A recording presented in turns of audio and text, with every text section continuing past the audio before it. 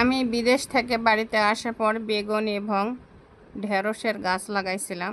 সেখান থেকে ঢেঁড়স আর বেগুন উঠায় নিছি। নিজে হাতে লাগানো গাছের সবজি উঠায় আজকে রান্না করতেছি। তবে আজকে প্রথম বেগুন আর ঢেঁড়স উঠাইলাম। ঢেঁড়স অবশ্য বেশি না, 5-6টা উঠেছে, আর বেগুন উঠছে 5-6টা। বেশি দিন হয়নি, 2 মাস হচ্ছে প্রবাসীর থেকে এসেছি। এই 2 মাসের ভিতরেই আল্লাহ দিলে নিজের হাতে গাছ লাগিয়ে খাইতে পারতাছি। এর পাশাপাশি আবার অনেক ধরনের আমের গাছের চারা লাগাছি। আমের গাছের চারাগুলো বিভিন্ন ধরনের আম আছে, শুধু এক পদের আম না। ফজলি আম, অনেক নাম বলে, আমি অত নাম জানি না আমের। যাই হোক, পাশাপাশি লাগাইছিলাম। এখানে আবার 1-2টা গাছ না, 12 পিস গাছ নিছি মাত্র 2000 টাকা দিয়ে। সে গাছগুলোও লাগাছি। এই তারিখে লেগে থুয়ে গেলে পরবর্তী যখন আবার প্রবাসীর থেকে চলে আসব, তখন ইনশাল্লাহ আবার খেতে পারবো, যার জন্য গাছগুলো লাগাইছি। আর নিজের জায়গার মধ্যে গাছগাছালি লাগাটা মানে অনেকটা ভালো লাগে। কেন, নিজের যদি 1 শতক জায়গাও থাকে, এই 1 শতক জায়গার ভিতর অনেকটা গর্বভোগ করা যায় যে আমি কিছু একটা লাগায় খেতে পারবো।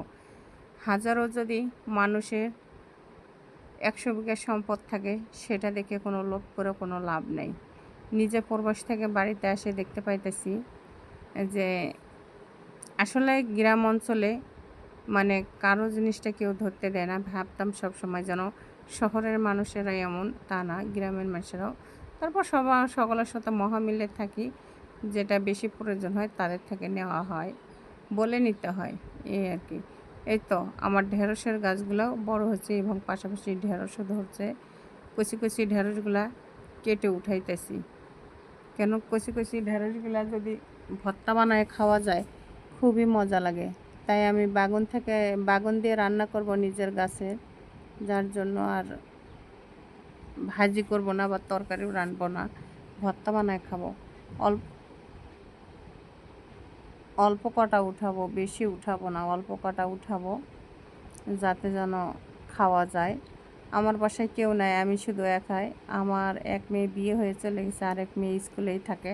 কিছুদিনের জন্য আমার কাছে এসেছিল, চলে গেছে, যেহেতু লেখাপড়া তো আর গ্যাপ দেওয়া যাবে না, যার জন্যই তো আমার মাত্র 5-6 পিস উঠাইছি, তাও আবার অতি তাড়াতাড়ি বড় হয়ে গেছে। বেশি ঢেঁড়স যদি একটু বয়স হয়ে যায়, 2-4 দিন যায়, তাহলে ওটা খাওয়া যায় না।